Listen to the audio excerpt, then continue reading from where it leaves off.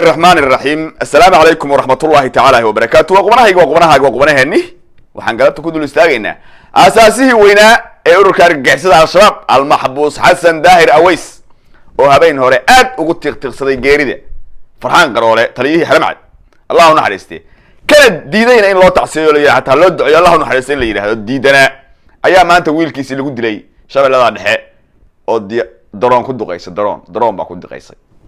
waa dul istaagayaa xasan fikradihiisa mid ka tanaasulay ma yahay argixinimadii maxaa hadda kaga muuqda maxaan ka garanayaa aniga ayuub ahaan inaan dul istaagaan raba sidoo kale waxaan dul istaagayaa muuse biixi cabdi waa kaligii taliyaha haysta somaliland ayaa ku darsaday 2 sano oo xukun kordhina asagoo cuskanaya qodobka ah maamul goboleed anagu waxma dhaane hirshabeelle iyo koonfur galbeed iyo jubbaland waa ku darsadeen maxaa iga reebay aniga labo ku darsado waa dul istaagaya sidoo kale qubanaha waxaan ku dul istaagi doonaa taliya shub oo raaligeli soo baxshay beesha leelka sana yiri ciyaada ka dhacday ciyaada dulliga ayaa dul istaagi doonaa aan ku hormaro xasan daahir aways habeen hore wuxuu soo galay live aad waxa uga muuqatay caro culumo uu magac dhabay wacay ayda uu ku salaynayo inay tacsid direen oo hadii la ku farxaan qarool u direen in ay hadii la ku roon yahay mujaahid weeye ku magacaabeen ayuu aad uga caro kelmadda mujaahid farxaan la dhaho ayuu aad uga caro waa ka tiqtiqsaday si fiican baan u dhageystay hadalkiis xasan asagoo maxbuus ah ayuu wali waxa ku jira fikirkii argagixisada asaga iyo maanta Ahmed Diriye hal farqi baa maanta dagaalkoodu yahay shalay waxay istagaadeen oo asaga ay markuu in la xiro ama halka uu soo galo waxa kale fay dagaal dhex maray asaga iyo ina godane dagaalkaas wax kale ma xusayn diin ma xusayn fakar isku ma qaban waxay isu qabteen kaliya warhawiyaha kaliya laynta Soomaali wada gaarsiin bay isku qabteen xasan waa qabiili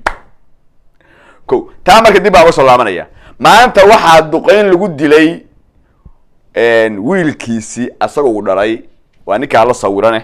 maalin dhaweedna aad arkayseen asagoo jaamacad ka qalin jibinayo ay farxad wada qaadanayaan ayaa maanta duqeyn lagu dilay shabeellada dhexe markaanu wareysanay ama xoog raadinay dhinaca garabka waxaanu helnay shacbiga ah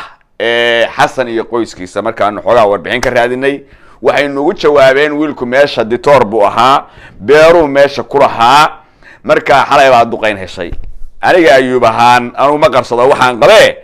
wiilka xasan daahir aways dhala beer qodaya beer dhagta inta geliyo wallahi baan taa ka saaray beer buu qodanayo daroon halka inta ka soctay ina xasan daahir aways miya dhiid tiri taa inta geliyo taa kama saarin balse waxaan sugaynaa ka hor dhici mayo marxuum way Allah u naxariisto ma doonayo dambi uu salahayn inaan saaro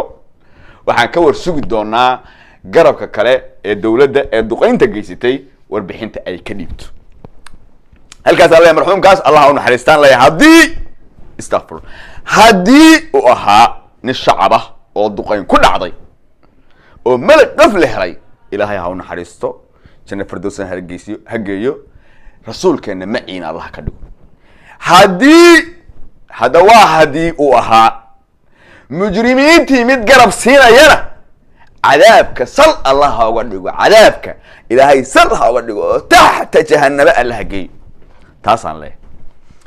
qodobkaas dhimashadaas waa warbixin halkaas aan ka siiyay wiilkaas halka ku dhintay wax uu dhalay xasan daahir aways habeen hore waa hal aad buu wuxuu ugu tiqtiqsaday niman culimo oo magac dhabay isagoo diidaya farxaan qaroole in loo baalkeeyo hadalkiisa mar wuxuu ku saleynayay xaalad ciidan marna wuxuu ku saleynayay xaalad diimeed bal waa tan ila dhageyso reaction ma ka bixinayna ila dhageyso deer ahayn hal goob lagu dil qoladii maarta kalena waxa weeyaan 4 nin oo qiyaada ahayd looga dil nimankii dhamay hogaaminay ciidan 4tiiba waa laga dil haye waxa qof tacsiyo u dhigtay ma jiro waxa ku hadlaysaa mar badiyana aqoonin qabiilkan aqoonin baarta dawladnimo lagu aqoonin maanta meeqa generaal uga dhimatay hadda maarta ninka la yiraahdo Putin uga dhimatay magaceed ee baalkii maxay ku Ukraine أمريكان كل سمالة يقل يجري مقاء وقدمت يا يري ما يعني قف دقال الله دري وإنه أما واحد لا من الدلوه يا يري هلو تعسيه يمر حق لك يا واحد قرون كبقتك الإسلام كيلا صار ميل سن يقول لي حق لك ولا دنا قشن كاهو مارتي اسكع عليه حق لك هنا واحد الإسلام هي الإسلام لقدو إذن لكم الله كاسد الطاغوت كوا مارتي إنه يرى هذا وركاس كوانو لا يكون ضينا أيانا سك والله إيجا موت إسلام طواقيت إيجا إسلام طواقيت واسكو معقول مارتي إنه إسلام ضينا لكن مت كان مارتي في السلفيني ماذا شيء كان هاي وجي جاء قوسي لأن جاء آمس عبد حسيا شيء جاي تبدأ علماني نقطتين وعبادية مارتي بالكي نفي نرول وحي بختي جاء قرن كذب عن عليه كرنا آمس أعوذ بالله من الشيطان الرجيم واحد رواني سقى الله ديننا وكشوا الشيء وروحاني ما يسير الله قراها حقيقي ما دي واحد والدين فينا إلى شذا هو حنبختي قاعد كده بورد إذا مسكداف أما الرجل نقض يدي أما كآمس لبدا بوالا يقانا قفكم مسلم كانوا مسكد قافتنا وواحد يقانا إنه هوشي سقبصدنا وواحد يقانا تهوشي اللي كبغدين كم سيودين بختي الراعي سان قرنكا هو مارتي كفر يو مارتي الحاد كقرنكا الراعي سان أسد مارتي دينتي وهو جاميري سان فرنا موسى أعوذ بالله من الشيطان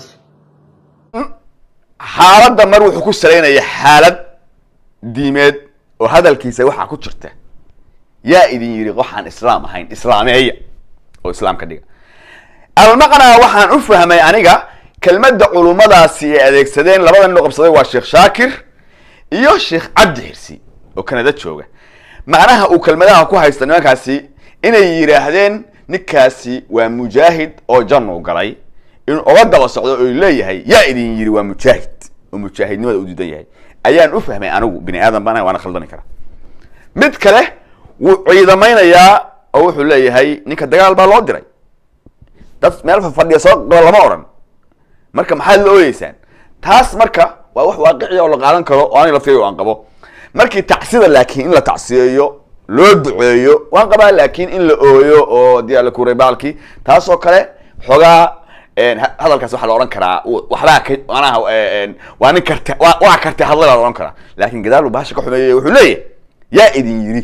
qof aan muslim ahayn muslimeey xasan intaan ka aqaan anigu xasan waa aasihii ururka argagixisada al-shabaab dad badan waxay aaminsan yihiin inuu isu soo dhiibay oo dowladda isu soo dhiibay asagoo ka tanaasulay fikirka argagixisada dad waxay aaminsan yihiin in dowladdu xoog ku soo qabatay oo sidaa maxbuus u yahay midnaba ma ahe aan idinka daba gooyay goobjoog baan u ahaa maalintii la qabanayay waxaan joogay galgaduud gaar ahaan waxaan joogay magaalada caasimadda Cadaado baan maalintaa joogay maalintaas qabar baan ugu soo dhacay rag baan iska qayilaynay ninaan saaxiibnahaana soo wacay hobyaha waxaa ka soo xiratay doon yar oo foolfal yidhaahdo xasan iyo dhowr qof oo la socotay dhowr wiil oo la socotay staff ahayd baa la socotay hobyo waxaa joogay wiil Saleebaan ah oo adiyaal ku rooyay yiraahdo jikadiisna abakor tahay oo maxaa gafaaja la yiraahdo oo ciidan haysta ninkaas gacanta ku dhigay xasan adiyaal ku rooyay isagoo waa la qabtay maxaa ahayd xasan daahir weysa waa waray maamul markaa waxa ka jira meesha galmudug ma jiraan waxa jira wax la yiraahdo xibin iyo xeeb meel yiraahdo oo Saleebaan kaliya leeyihiin godin labe ku agtahay xuduudiisu xuduudda kalena waa dayano meesha yiraahdo galin soo sokodeeda dayano iyo godin labe 70 kilomitir meelaha way adigu laamiga iyo halkaas oo ilaa hobyo ah saas u dheerta xuduudda maamulku maxamed gafaaje yaa wadi ku dalna waa soo qaaday cayaadu keena maalmaha la wada hadlayay Saleebaan waxay dhaheen dowladda hoos kala heshiiyay xasan marka ina godoonay isqabteen oo ay isku qabteen war hawiye kaliya halayni umada aan wada layno hadaan diin gaarsiino isaaq iyo majeerteen iyo daaroodka kalada aan xabada iyo hore gaarsiino ina godana uu raba kaliya hawiye kaliya inuu saa u listo inay isku qabteen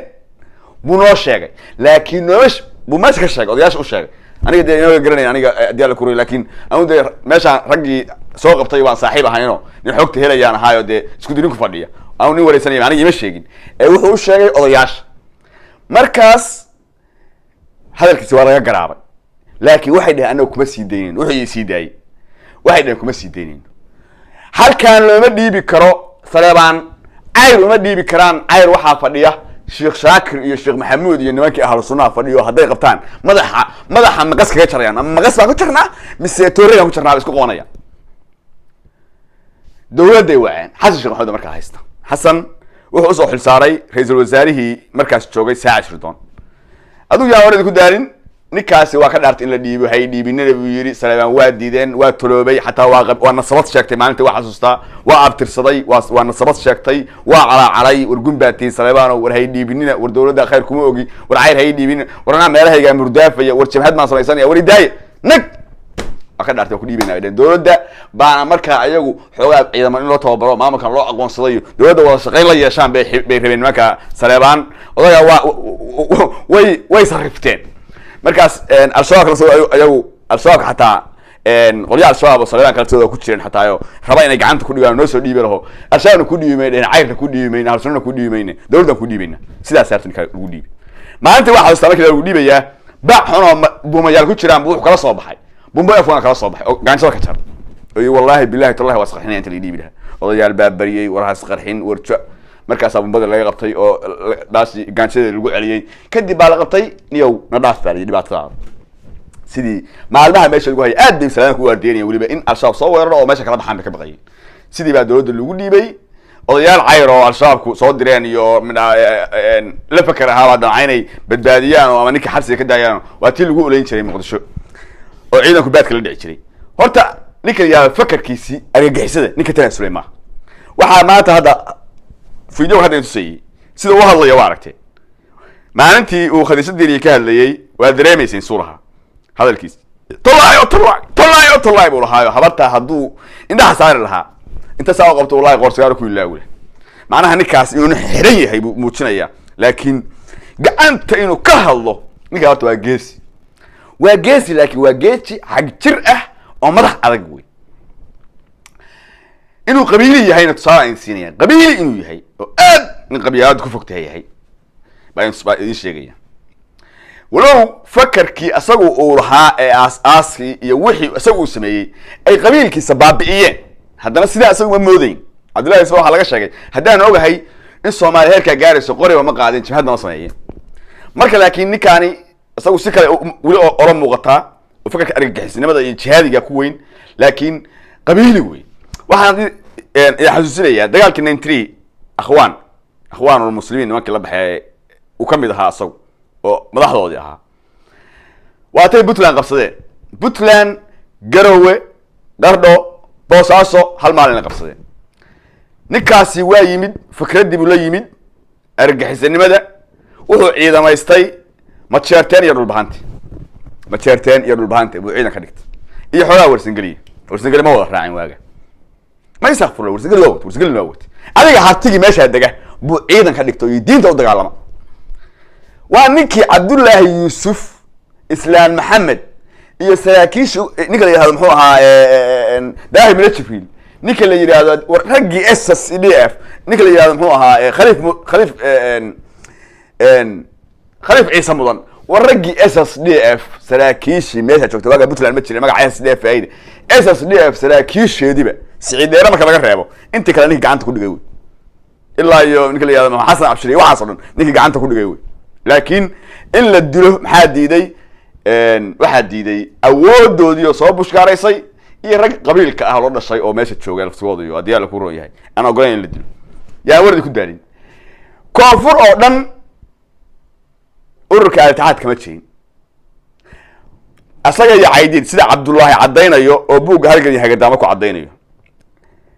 markii uu jabay Xasan oo buuraha saliid laga tuuray Cabdullaahi wuxuu leeyahay taarki waxaan dhageystay habeenba waxaan dhageystay taar ay ku wada hadlayaan asaga Caydiid wuxuu dagaal kaga jiraa Jubbooyinku dagaal kaga jiraa ilaa Kismaayo oo daarad ku leynaya way wada hadleen taliya ay waran buu yiri ruuxii nimankii aan ku yiri ka dagaal ka howl galo hadii ala ku rooyahay Puntland qabso oo ururka argixisada ku qabso waa qabsan weyn laakiin mid sameey hadaa awooda sameyn weyday waxa sameeysaa meesha aad joogo ku hayo nimanka la dagaal intaan koonfur ka soo jeesanayo markaas aydid wuxuu u soo diray ninkaas in Cabdullaahi Suul leeyahay way wuxuu u soo diray ina dhankan hadii ala ku rooyahay goboladan dhexe aan caburin oga imaan ama ciidan oga soo bixin intuu dhanka ku maqan yahay horta marka taa weydiisay hadda ka hor soo ka waramayo waa arkay Xasan Daahir Aweys waa uu inkira laakiin mid cadeynaysa waxay tahay Xasanow ila gaalka ayaa dhanka koonfureed ila Muqdisho ururka Al-Ittixaad ma joogin markii boos ka dagaalamayeen maxaa boos yaalay jannada boos taalay iyo hadii la ku rooyahay oo koonfur waaga oolin maxay tahay taas tusaysa in Cabdullaahi hadalkiisu run yahay wadanigaasi waa qabiili intaas kaga gudbayaa nin hadii la ku rooyahay fakarkiisa la ka tanaasulay ma aha nimanka al-shabaab kaliya hadda haysta waxay isku hayaan kaliya wax kala ma ahay waxay isku hayaan laynta umada u qaybi Xasan intaas kaga gudbayaa Xasanow hadii la ku rooyahay meesha joogtay meel fiican baa joogtaa nin baa waxa laga sheegay hadda ka hor Cabdullaahi waxa laga sheegay nin in xaj aan baalay war qabad BBC inta wareystay waa qabato xabsiga gelisay meel jooga meel ka Roma gali meel fiican baa dhaxas jooga intaas kaga gudbaya Xasan iyo fikradiis Muuse Biixi Cabdi ayaa 2 sano ku tuurtay kadib markuu arkay dhigooda ama dhigiisa Axmed Geedanaar hadii la ku rooyahay lafta gareen hadii la ku rooyahay Guulaawe iyo Qorqor markay hal soo ku darsadeen anu maamul weyn oo dhangaar haystay laba ku darso